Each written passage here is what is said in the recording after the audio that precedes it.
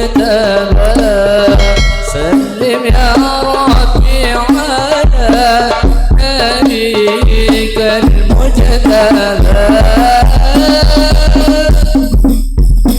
على حبيبك المصطفى سلم يا ربي على نبيك المجتبى سلم يا ربي على نبيك المجتبى وللأمن محمد وأبا بكر الصديق خير سيدك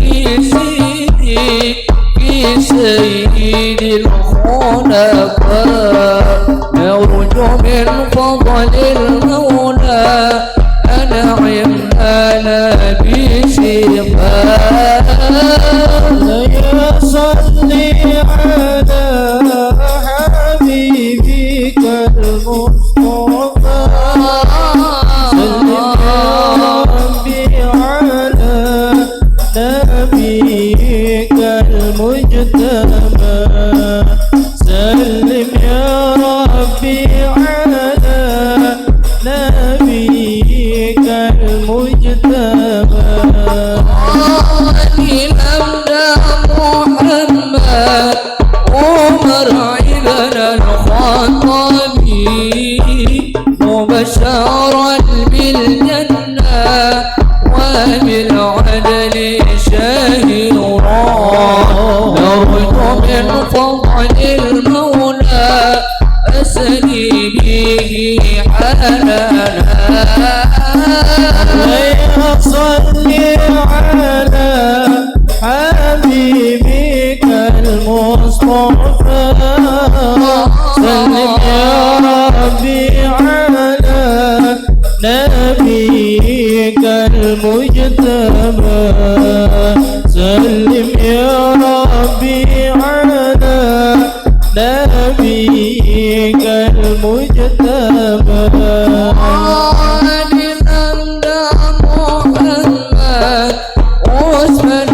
ابن الأخفدي بنت الحياة والإيمان ومستقى ضعفاء نرجو من فضل المولى إكلي حوائجنا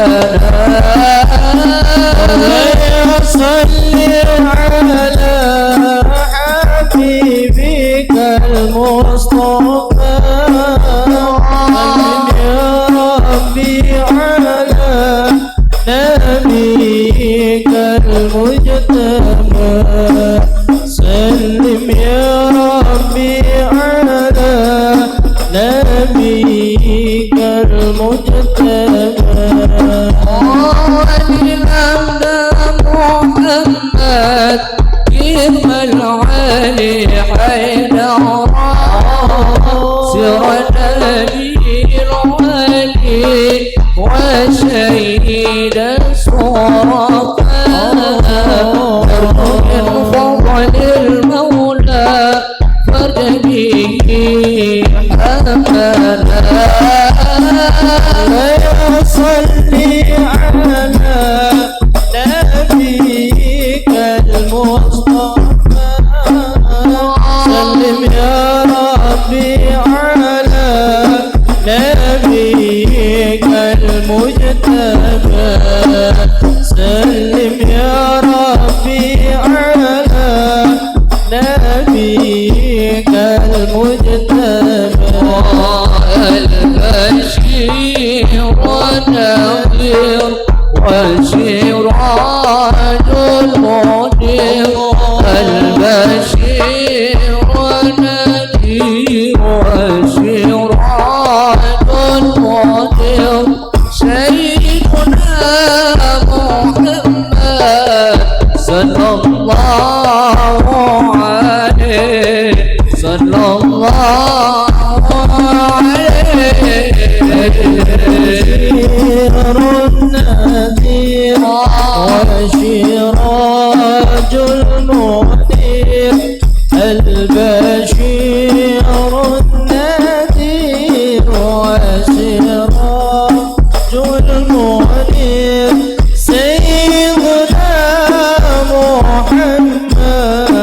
صلى الله عليه صلى الله عليه وقد نشأ وضاك وجهه كالقمر قد نشأ وضاك وجهه كالقمر شرفه المشى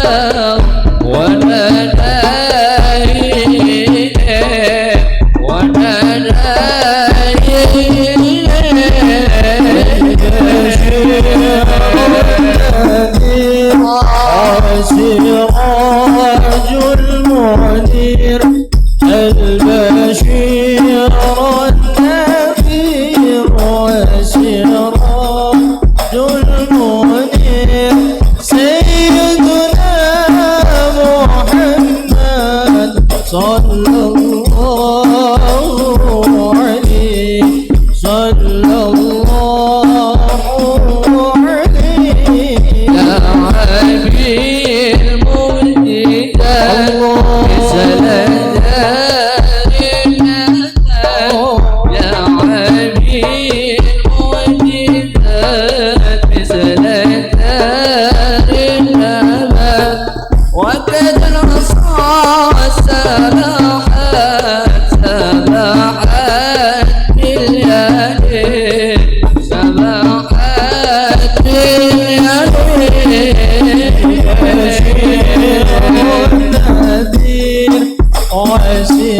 وسراج المنير البشير النذير سراج المنير سيدنا محمد صلى الله عليه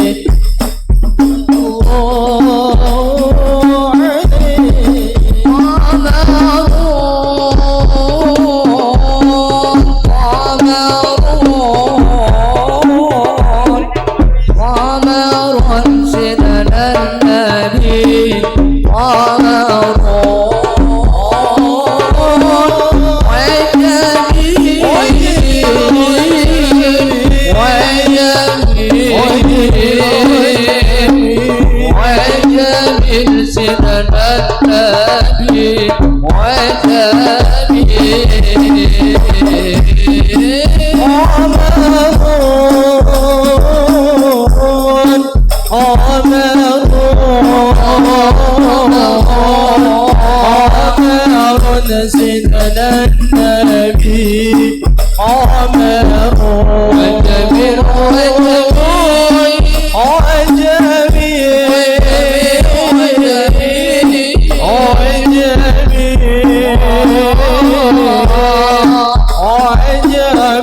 سيدنا النبي عجمي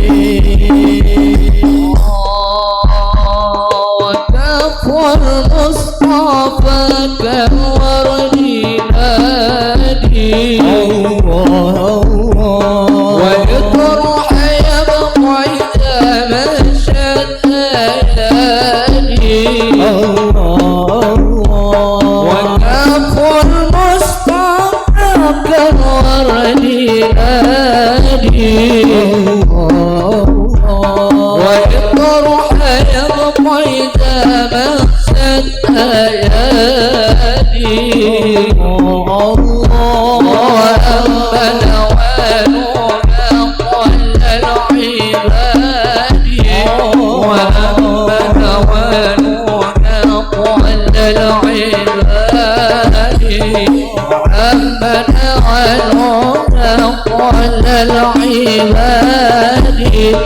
حبيب الله خير البرايا عمر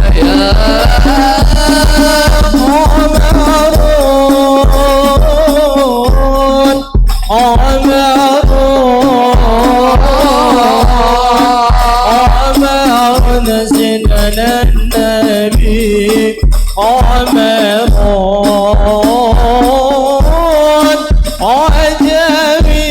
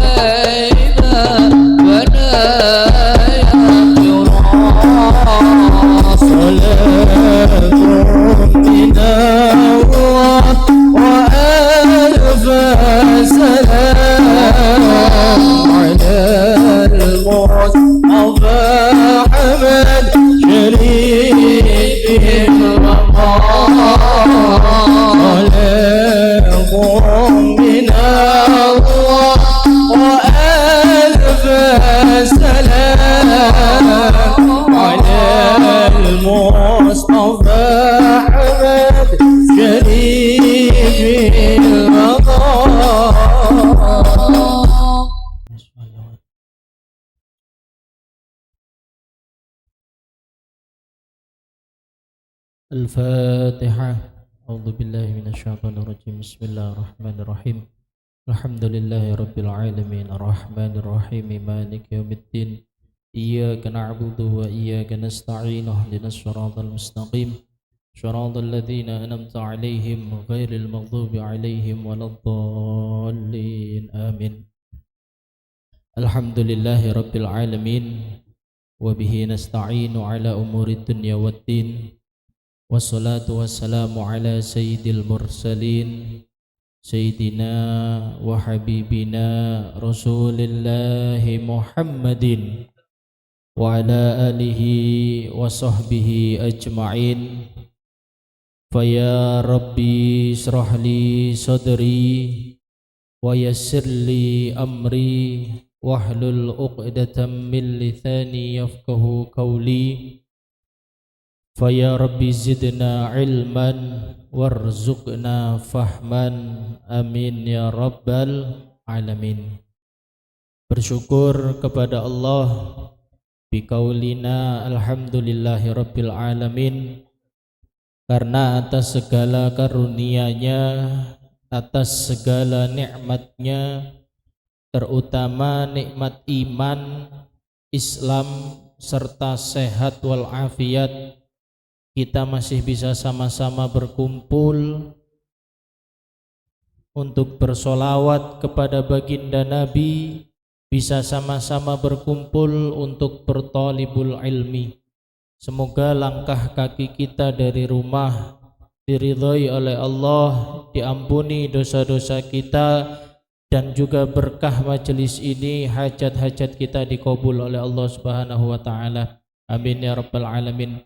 Tak lupa salawat ma'asalam juga semoga selalu tercurah, tersambung, terhubung kepada Nabi kita yang agung, yakni baginda Nabi besar Muhammad sallallahu alaihi wasallam, yang semoga kita semua senantiasa mendapatkan keberkahannya di dunia, wabil khusus syafaatul udmah dari beliau kelak di yaumil akhir. Amin ya rabbal alamin.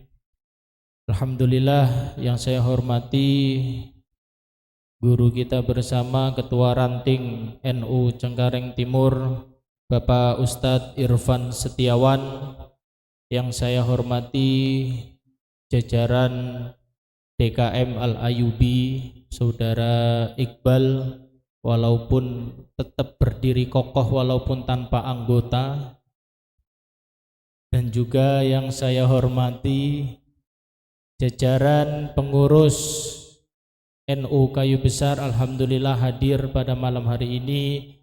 Wakil Tanfid 1 Bapak Ustadz Fatur Rahman, Bapak Sugianto, dan juga sekretaris saya yang nambah gemuk, alhamdulillah hadir Bapak Sekjen Pak Zul Ikhram, dan tak lupa Bapak Bendahara Bapak Samsul, Khatib Syuriah Bapak Ustadz Ikhyanuddin, dan juga semua jamaah hadirin yang mohon maaf tidak bisa saya sebutkan satu persatu, namun insya Allah tidak mengurangi rasa hormat dan ta'zim saya.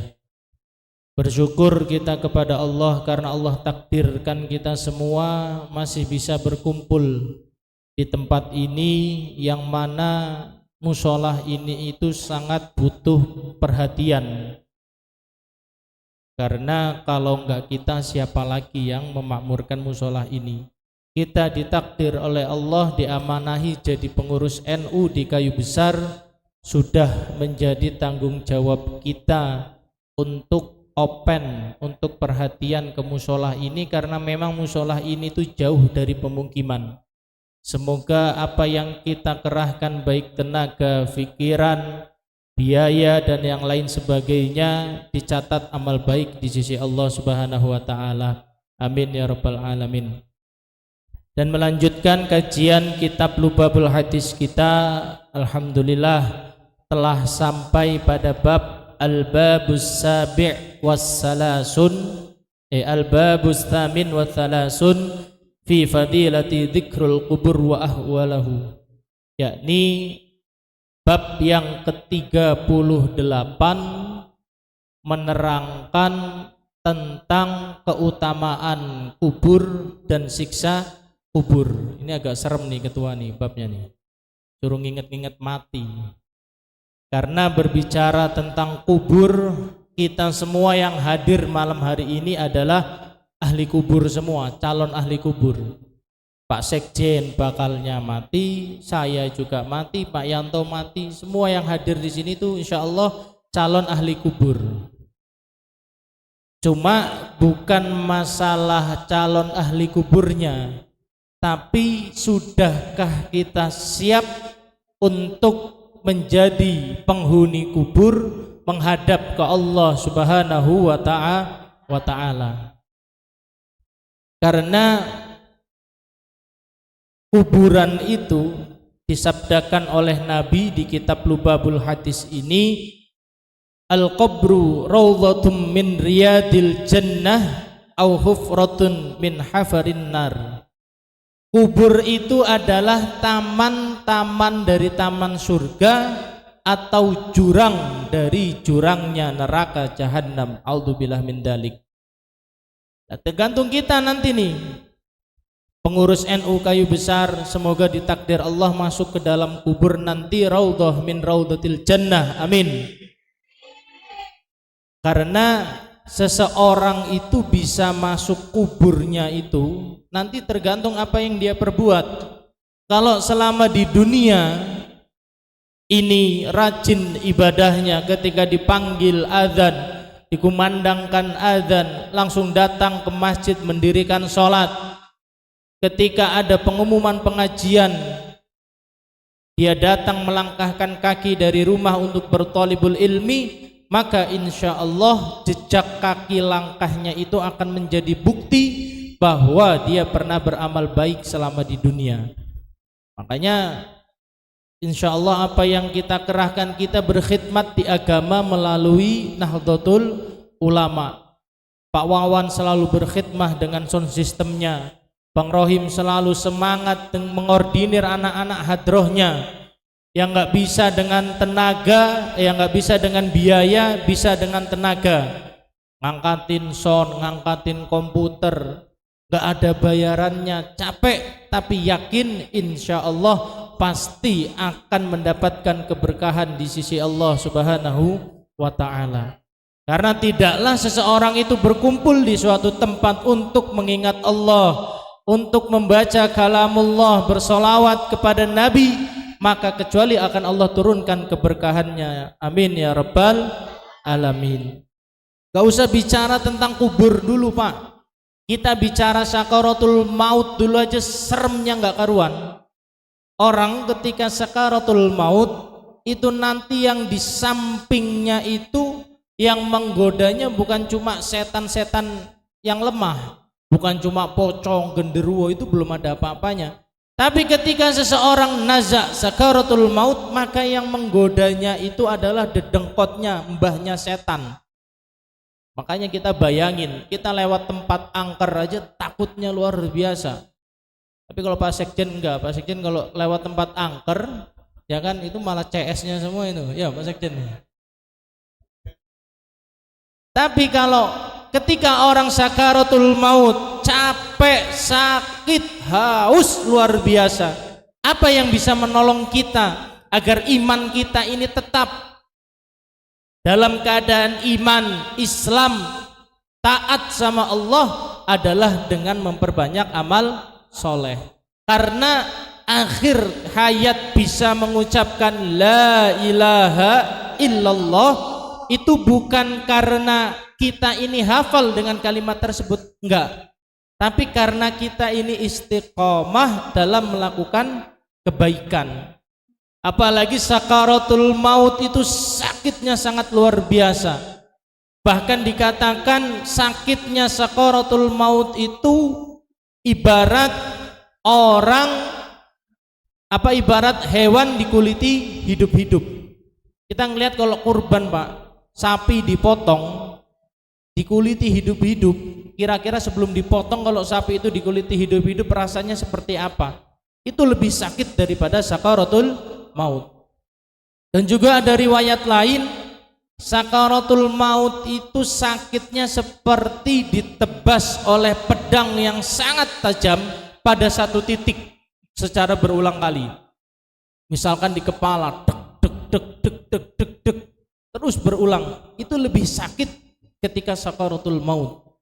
Jadi nanti ketika malaikat pencabut nyawa itu datang, lah datangnya malaikat pencabut nyawa ini kan nanti tergantung amal perbuatan. Kalau dia datangnya ke Pak Irfan, insya Allah beliau ini orang baik, amin.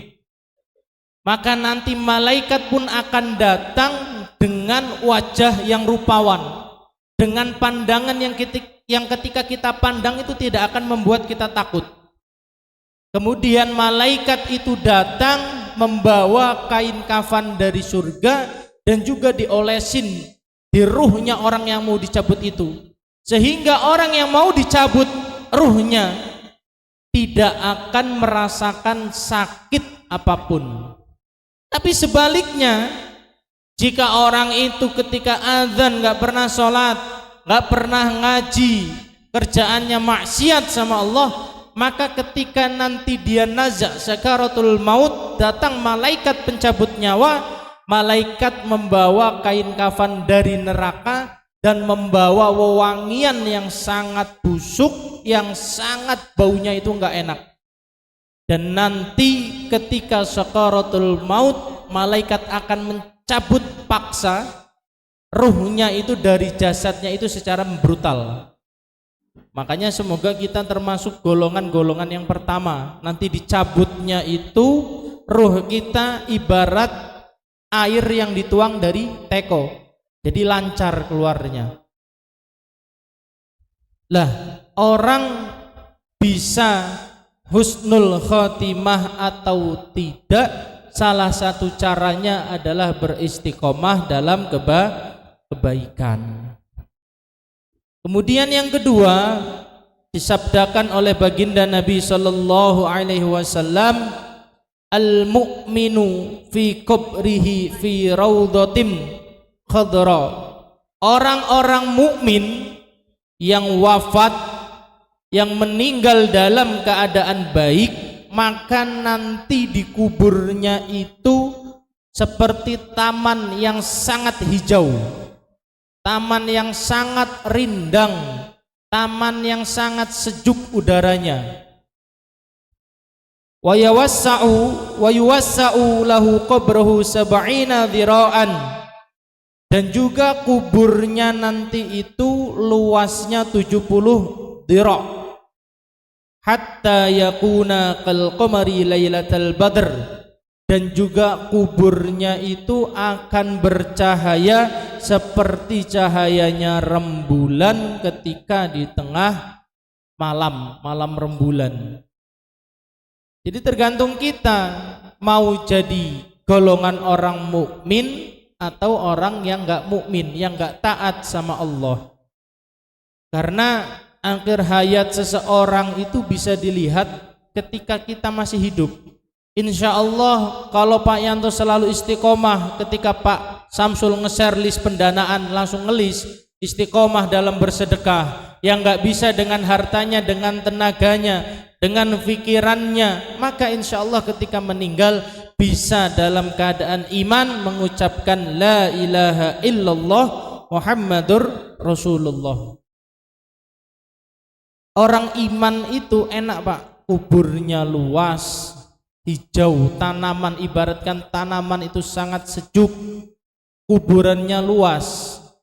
Tapi ketika orang itu enggak iman sama Allah, maka kuburannya sempit, kuburannya gelap. Bahkan kata Nabi, ma min abdin yamurru bi qabri rajulin kana ya'rifuhu fid dunya. Tidaklah seorang hamba itu andaikan tahu melewati kuburan, kana ya'rifuhu fid dunya, yang dia itu kenal selama di dunia, wa yusallamu alaihi illa arafahu wa radda alaihi salam. Dan juga orang itu yang melewati kuburan mengucapkan salam ke orang yang ada di kuburan itu, kecuali orang yang dikubur itu menjawab, hei kalian orang yang masih hidup, rugi kalian kalau enggak ibadah sama Allah. Karena andaikan kalian tahu saya ini pengen kembali ke dunia walaupun hanya sesaat, saya pengen kembali di dunia untuk sujud walaupun hanya sebentar, saya pengen kembali ke dunia sebentar untuk mengaji. Karena apa? Kita ini yang di alam kubur sangat butuh pertolongan, yakni dengan amal soleh ataupun dengan kebaikan. Jadi ahli kubur di alam kubur itu sangat serem, lebih serem daripada ngelewatin terowongan Casablanca, lebih serem daripada kita naik ke puncak Gunung Kidul. Itu jauh lebih serem. Bahkan digambarkan seramnya alam kubur ketika para pentakziah itu selesai memakamkan 3 langkah setelah keluar dari pemakaman, dari tempat dimakamkannya orang tersebut, maka akan datang 2 malaikat. Ketika orang ini soleh, ketika orang ini baik, maka malaikat ini akan datang menyerupai wajah yang sangat membuat hatinya tenang, tidak membuat hatinya takut. Ditanya, man rabbuka? Rabbi Allah, Tuhanku adalah Allah. Wa ma dinuka? Apa agamamu? Dini Islam, agamaku adalah agama Islam. Wa ma nabiyuka? Nabi Muhammad Rasulullah sallallahu alaihi wasallam, bahwa nabiku adalah Nabi Muhammad sallallahu alaihi wasallam. Tapi ketika orang ini enggak taat, orang ini ahli maksiat, maka nanti malaikat itu akan datang dengan wajah yang sangat seram. Digambarkan wajahnya malaikat itu, ada sebuah riwayat besar matanya itu seperti rebana, Pak. Kita bayangin satu kelopak matanya itu segede rebana. Ditanya, man rabbuka? Gak bisa jawab. Ha. Kalau di hadis itu riwayatnya begitu. Kemudian ditanya, wa ma nabiyuka? Siapa nabimu? Dia nggak tahu karena nggak pernah bersolawat kepada Rasulullah sallallahu alaihi wasallam. Wa ma dinuka? Apa agamamu? Wa ma ikhwanuka? Siapa saudara-saudaramu? Mereka nggak bisa jawab karena apa? Mereka tidak pernah melakukan amal baik atau lebih sering bermaksiat kepada Allah Subhanahu wa ta'ala. Maka malaikat mencambuk. Jadi malaikat maut itu membawanya itu seperti kampak. Apa ya itu kalau yang di film-film horor itu loh, bawa kampak. Ketika ditanya man rabbuka, nggak bisa jawab, digebuk, jebret, hancur. Ketika sudah digebuk hancur, dikembalikan lagi utuh seperti sedia kala. Wa ma nabiyuka? Nggak bisa jawab, disiksa lagi. Sampai terus menerus sampai datangnya hari kiamat. Makanya alam kubur itu sangat serem, Pak.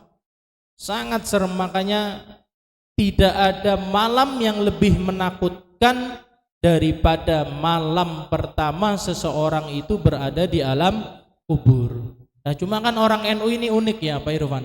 Di kampung itu kan ada yang namanya modin. Ya, Pak Eko ada di kampungnya.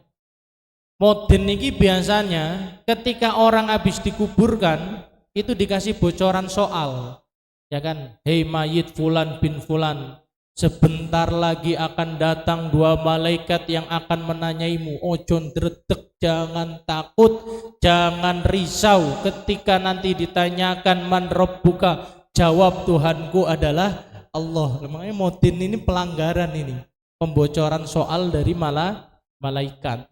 Kalau di Jakarta nggak ada modin seperti itu. Tapi kalau di kampung, Mbah Modin ini biasanya ngasih bocoran soal dari malaikat. Tapi nggak akan berfungsi kalau orang itu nggak taat beriman sama Allah. Karena alam kubur itu sangat pedih. Nabi katakan, lau anna bani Adam, andaikan manusia itu tahu, alimu kaifa adabil qabri, bagaimana pedihnya sakitnya, seramnya alam kubur, siksa kubur, manafa'ahumul aisu fid dunya, maka dia tidak akan melakukan sesuatu yang bermanfaat di dunia kecuali untuk beriman, beribadah kepada Allah. Fata'awwadhu billahil karim min adabil qabril wakim. Dan juga dia akan selalu bersujud minta ampun, minta ridho, pertolongan dari Allah dari panasnya siksa kubur. Makanya alhamdulillah Allah takdirkan kita jadi orang NU, yang mana orang NU ini setiap sholat maktubah imamnya ini ngajak zikir, Allahumma ajirna minan nar, Allahumma ajirna minan nar, Allahumma ajirna minan nar, Allahumma ajirna minan nari wasalimin, Allahumma antas salam wa minkas salam wa ilaika ya'udus salam. Kita beruntung jadi orang NU, karena enggak ada yang bisa menyelamatkan seseorang itu dalam alam kubur kecuali keimanan kepada Allah Subhanahu wa ta'ala. Makanya serem, Pak, karena kita kalau ngelihat film siksa kubur itu aja udah pedih. Apalagi nanti faktanya orang di alam kubur itu sendirian, gak ada yang nemenin, kecuali yang menemani adalah iman dan ketakwaan kepada Allah Subhanahu wa ta'ala. Kemudian disabdakan oleh Nabi kita Muhammad sallallahu alaihi wasallam, ma min muslimin marra bi qabrin min maqabiril muslim. Tidaklah seorang muslim itu lewat ke kuburannya orang-orang muslim, orang-orang yang iman sama Allah, illa qala lahu, kecuali dia berkata, ya ahlul kubur. Jadi ahli kubur itu berkata sama orang muslim yang lewat ke pemakamannya itu, ya ghafilu law alimta ma ta'lamu ladaba lahmuka ala jasadika wa damuka ala badanika.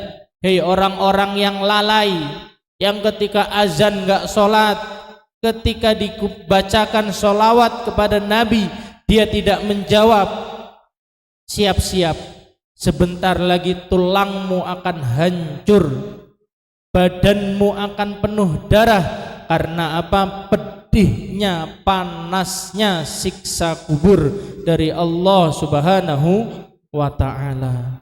Makanya kita enggak ada yang diharap, Pak, kecuali iman, ketakwaan kita kepada Allah Subhanahu wa ta'ala.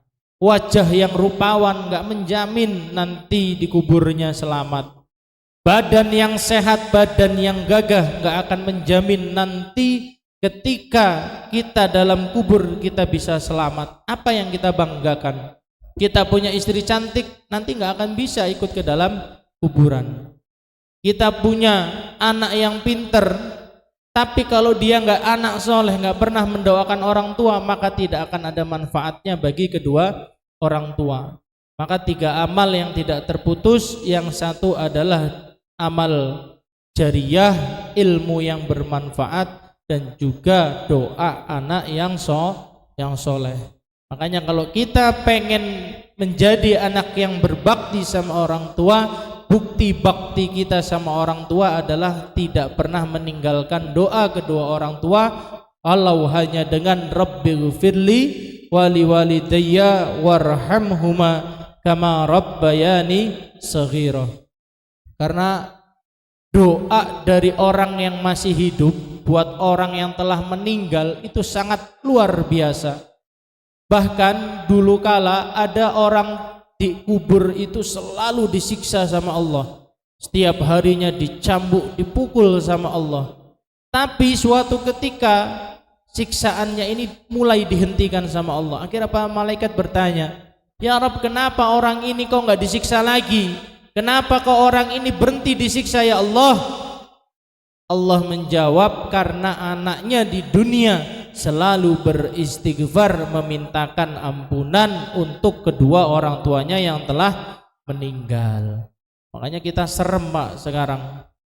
kita ini jangan mentang-mentang masih muda, nggak ada yang tahu.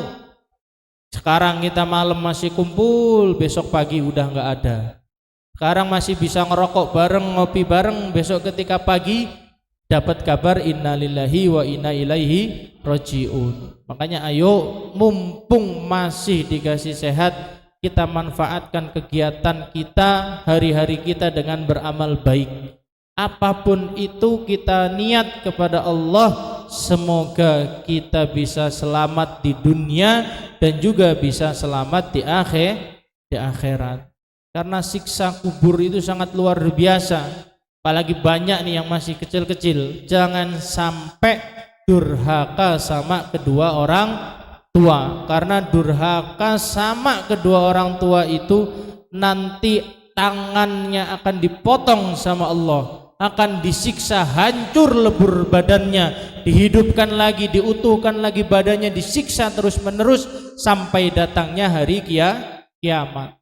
Dan juga nanti diharamkan oleh Allah anak-anak yang durhaka ini bau harumnya surga. Makanya jangan sampai sama orang tua bentak emaknya, Rohan beli bumbu, apa sih mak, gue lagi main ML, loncong itu namanya. Nanti di akhirat akan disiksa oleh Allah Subhanahu wa ta'ala. Anak yang durhaka itu nggak usah nunggu nanti di akhirat, di dunia aja udah dapat laknat. Hanya kalau hidup kita belangsak Pak, rezeki susah, punya kerjaan delalah nggak lama dipecat, dagang sepi terus, motor rusak terus, ya kan, anaknya rewel terus, sakit-sakitan terus. Coba kita introspeksi, gimana hubungan kita dengan kedua orang tua. Karena apa? Baik buruknya anak itu tergantung pada ridhonya kedua orang tua. Ridallah fi ridhal walidain wa syukhtullahi fi syukhtil walidain. Itu siksa anak yang durhaka sama orang tua. Dan juga pesan nih buat yang remaja-remaja, Arya, Ranu, ini yang udah mulai pacaran, ini hati-hati. Ini kalau ada Rama saya omong nih, Rama, Arifin, hati-hati. Jangan sampai terjun dalam perzinahan, karena siksanya itu sangat luar biasa. Orang kok berzina, masuk kelaminnya kepada yang gak dihalalkan, 40 hari 40 malam ibadahnya ditolak sama Allah Subhanahu wa ta'ala. Itu sekali masuk. Dan namanya orang berhubungan badan kan nggak mungkin cuma perut gitu, kan nggak mungkin. Itu cuma sekali masuk 40 hari 40 malam ibadahnya nggak diterima di sisi Allah Subhanahu wa ta'ala. Itu baru dunianya. Nanti di akhirat orang-orang yang suka zina, yang mana dia berhubungan dengan wanita yang nggak dihalalkan, maka nanti tempatnya di akhirat siksaannya adalah dibakar di dalam tungku atau panci di neraka jahanam. No, hati-hati lo. Besok pacaran lagi aja, besok malam minggu. Tuh, jangan sampai lah. Tuh lo. Saya nggak pacaran Ustadz, saya cuma WA-an. Nggak ada yang namanya pacaran syariat, itu nggak ada. Apalagi sampai jalan berduaan, melakukan hal yang dilarang, maka siksanya sangat berat. Dan juga yang paling berat itu siksaan orang yang minum khamr, orang-orang yang minum minuman alkohol yang sampai membuat dia mabok, maka nanti siksanya, azabnya itu adalah minum air panas dari air neraka. Kita minum kopi baru mendidih aja Pak dari kompor, tenggorokan kita sakit panas, apalagi air panas yang dari neraka. Dan juga azab siksa orang yang sering minum khamr adalah nanti dia meminum keringat dari penduduk ahli neraka. Tuh. Makanya hati-hati, jangan sampai mabok. Buat apa mabok gitu loh? Putus cinta langsung minum khamr, ya jadul lah. Halus, kalau kata Pak Yato, halus. Tapi insya Allah kita berdoa sama Allah, semoga dengan berkah kita berkhidmah di Nahdlatul Ulama, yang mana kita mendapatkan jaminan doa dari waliullah Hadratus Syekh Kiai Haji Hasyim Asy'ari. Beliau mengatakan barang siapa yang mau mengurusi NU maka akan aku anggap dia menjadi santriku, dan barang siapa yang menjadi santriku insyaallah aku doakan meninggal husnul khotimah beserta anak cucunya. Terus anak-anak hadroh gak usah takut, insyaallah asal sholatnya gak ditinggal, sama orang tuanya taat, ibadahnya benar, insyaallah ketika sakaratul maut, karena orang min ahli salati ala nabi, orang yang lisannya hatinya ini senang kepada Rasulullah dengan membaca sholawat, maka nanti ketika sakaratul maut di kanan kirinya dikelilingi oleh jin setan yang akan menggodanya untuk dia tidak iman di akhir hayatnya, dengan berkah Nabiyuna Muhammad Rasulullah sallallahu alaihi wasallam pun akan datang, akan memberi kesejukan, menuntun lisannya untuk mengucapkan la ilaha illallah Muhammadur Rasulullah sallallahu alaihi wasallam. Coba kita bayangkan Pak, ketika Rasulullah sallallahu alaihi wasallam itu sakaratul maut, sakitnya itu sangat luar biasa. Itu nabi, apalagi kita cuma manusia biasa. Nabi sholat kakinya sampai bengkak, sampai keluar nanah. Coba kita subuh kadang-kadang jam 8. Ya ketua, ini orang NU ini keseringan begitu tuh, subuhnya plus kunut, jadi subuhannya pakai spion. Apalagi Nabi orang yang dijamin masuk surga, Nabi yang ibadahnya sangat luar biasa. Ketika beliau sakaratul maut, datang malaikat Israil alaihi salam, beliau berkata, wahai Khalilullah Israil alaihi salam, beginikah sakitnya sakaratul maut? Beliau menjawab, iya ya Rasulullah, beginilah pedihnya, sakitnya sakaratul maut. Wahai Israil alaihi salam, jikalau aku sebagai nabi aja sakitnya seperti ini ketika menghadapi sakaratul maut, bagaimana nanti dengan umatku? Nabi sakaratul maut sakit yang dipikirin bukan anaknya, bukan keluarganya, tetapi kita sebagai umatnya. Makanya lisan yang mulia Rasulullah sallallahu alaihi wasallam, ketika beliau sakaratul maut, beliau merintih kesakitan karena hendak dicabut ruhnya oleh Allah Subhanahu wa taala. Beliau berdoa kepada Allah, ya Allah, ringankanlah azab siksa sakaratul maut umatku, limpahkanlah semua kepadaku. Nah, kita sekarang menjadi umatnya Nabi, sholat sering bolong, istighfar sehari semalam kadang-kadang cuma beberapa kali, maksiat jalan, tapi kita nggak pernah takut, kita nggak pernah risau bagaimana nanti kelak kita dipanggil oleh Allah Subhanahu wa ta'ala. Nggak ada Pak yang kita bisa harapkan di dunia ini kecuali nikmat kita bisa meninggal dalam keadaan husnul khotimah. Semoga apapun yang kita lakukan, kesalahan-kesalahan kita sebelumnya diampuni oleh Allah, dimaafkan oleh Allah, dan kedepannya kita ditakdir oleh Allah menjadi manusia yang lebih baik lagi dan akan diberi nikmat bisa meninggal dalam keadaan husnul khatimah. Amin ya rabbal alamin. Mungkin cukup sekian dari saya, kurang lebihnya mohon maaf, karena nanti ada yang mau disampaikan sama Pak Sekjen juga mengenai kegiatan-kegiatan kedepannya. Dari saya, wallahul muwaffiq ila aqwamit thoriq. Wassalamualaikum warahmatullahi wabarakatuh. Innal habibal mustafa zurafati wa nuwafa wa zikruhu fihi shifa yajatana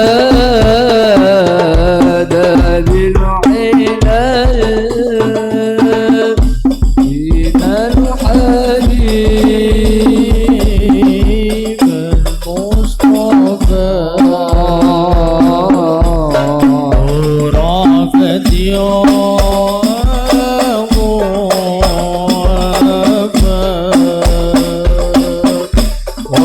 ذكرى